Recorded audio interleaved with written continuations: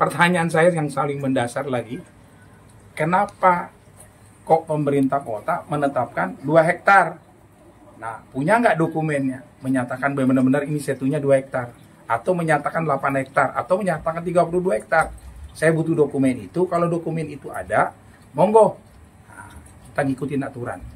Tapi kalau dokumen itu tidak bisa ditunjukkan, hanya kata-kata tagline bahwa berdasarkan informasi tanah ini masuk ranah situ gugur, nah, itu baru kami protes. Tapi kalau misalnya memang ada data secara hukum valid, nah, kita juga harus ikut taat hukum. Tapi yang berkembang ini yang membuat kami akhirnya kami perlu counter ya, yang berkembang bahwa ini tanah negara, ini tanah apa namanya, bukan tanah pribadi atau tanah, nah, semua ini yang lingkungan ini sudah bersertifikat. Kalau kita kaji 2 hektar ya semuanya yang kena situ. Kalau memang 8 hektar ya 8 hektar kena situ. Jangan Al-Pati saja atau keluarga Raul saja yang disorot, ya kan? Ada apa ini? Nah, kami mohon dari pihak pemerintah yang dalam hal ini Pemda Depok mungkin bisa berkolaborasi dengan provinsi, mohon mengambil tindakan bijak dan fair. Memang kalau memang aturannya memang tidak bisa dipaksakan, jangan dipaksakan, ya kan?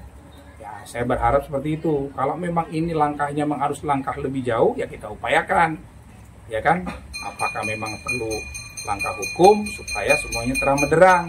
Tapi saya berharap cukup mungkin pemerintah kota dengan statement saya ini ke teman-teman media, ya kalau pemerintah kota memang ini tidak bisa dilakukan, ya jangan dipaksakan, atau jangan memaksakan kepentingan perseorang yang melihat kita ini sebagai salah satu objek. Saya tidak sepakat dengan itu. Marilah ayo, mana yang benar, mana yang memang aturannya benar kita ikut, tapi yang salah jangan. Al-Pati ini berdiri ya.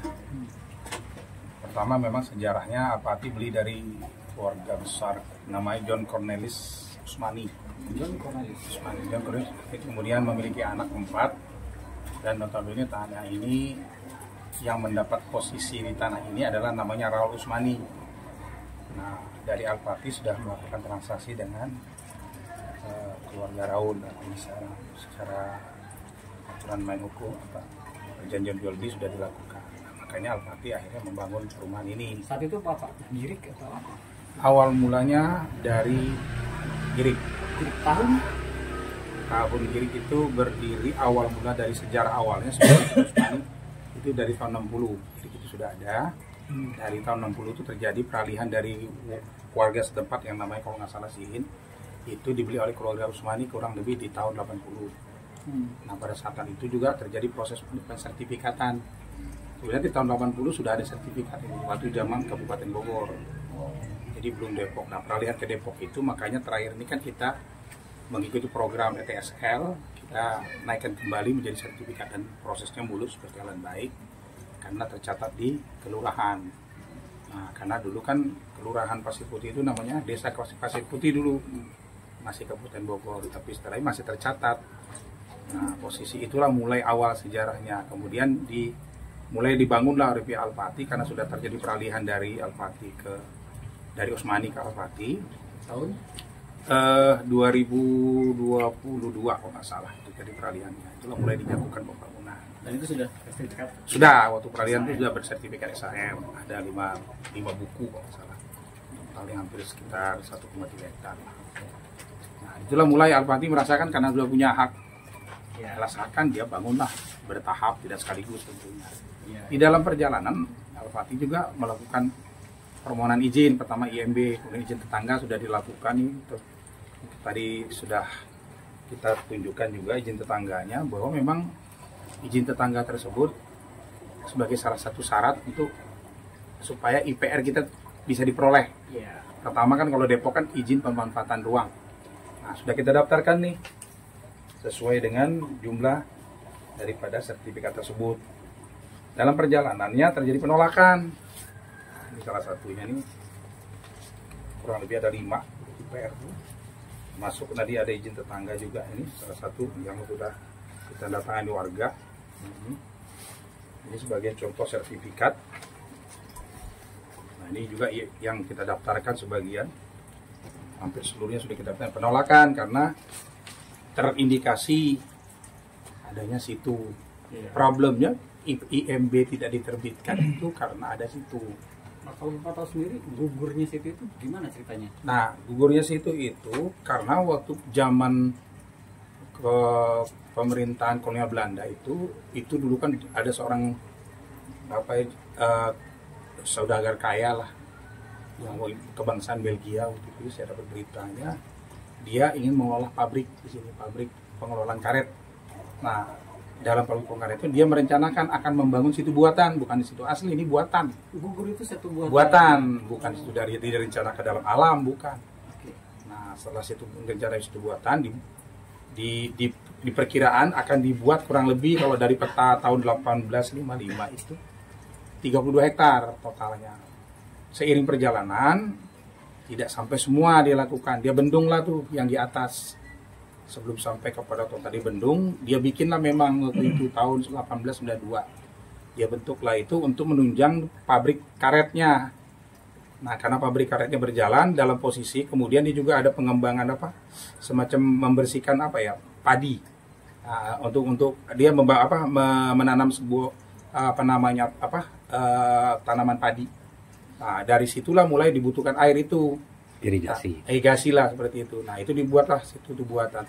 Tapi seiring perjalanan sampai kurang lebih tahun 1966, situ tuh jebol. Maka akhirnya dikatakan situ gugur karena jebol. Yang pagi-pagi katanya atau? Ya, itu pagi-pagi tuh masyarakat lagi lihat ya, tiba-tiba kok jebol. Nah, dan akhirnya jebol itu sampailah airnya tuh sampai ke, kalau kita bicara sekarang ini ada Sawan Permai, Tugu. Nah, di situ sampai ke sana airnya jebol. Pururubah sampai ke sana. Setelah itu sudah tidak ada lagi. Oke. Kalau setu asli kan nggak mungkin posisi itu sampai ada jebol-menjebol kan, artinya memang alami sudah kan. Nah, ini memang buatan. Makanya setelah jebol, pertama sejarahnya kan awal mulanya setu batu. Karena ini luar biasa, batu-batuan di dalam nih kalau kita gali. Nah, karena seiring perjalanan dirubahlah menjadi satu pasir putih.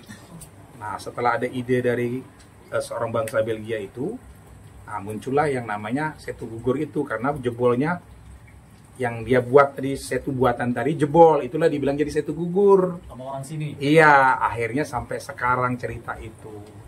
Nah, sering perjalanan itu sudah dibiarkan sama beliau, mereka itu ya, yang pengusaha ini udah nggak mungkin lagi dilakukan apa-apa. Sampai dengan sendirinya pabriknya juga tutup. Pabriknya sempat beroperasi, Pak? Sempat beroperasi. Apa sih? Karet untuk kebutuhan karet, mungkin kebutuhan menunjang apa kalau pabrik ban, tapi detailnya kita nggak tahu, tapi seperti itu sejarah awalnya.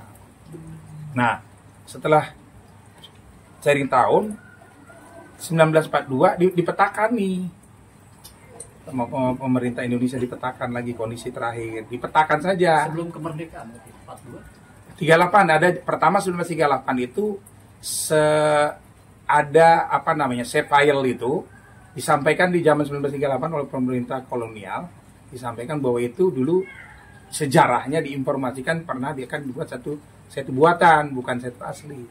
Keterangan 1938 sebelum merdeka. Ini belum Indonesia merdeka. Keterangan 1938 itulah yang dipakai oleh pemerintahan sekarang. Jadi terus dipakai ceritanya.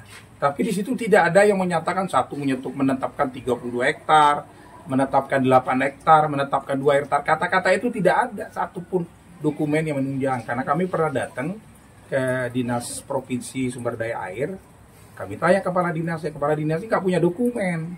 Kami mau tanya, kalau ada dokumen yang menyatakan bahwa membenarkan penetapan situ ini memang menjadi situ yang resmi, ya kami minta. Sampai hari ini mereka nggak bisa memberikan itu, cuma menginformasikan ke pihak terkait bahwa itu masuk terindikasi menjadi kartu inventaris barang saja yang ada kodenya nomor 10 sekian, ada datanya dikirim ke kami. Nah, dari situlah akhirnya orang-orang menyimpulkan seolah-olah situ gugur ini menjadi situ, artinya tanah negara yang berkembang. Padahal kalau ngomong jujur, dari yang 32 hektar itu pun sudah masih tanah masyarakat. Ya, belum ada pembebasan. Makanya itu dibuat oleh situan tanah tadi mungkin hanya segelintir. Oh, masih punya pribumi.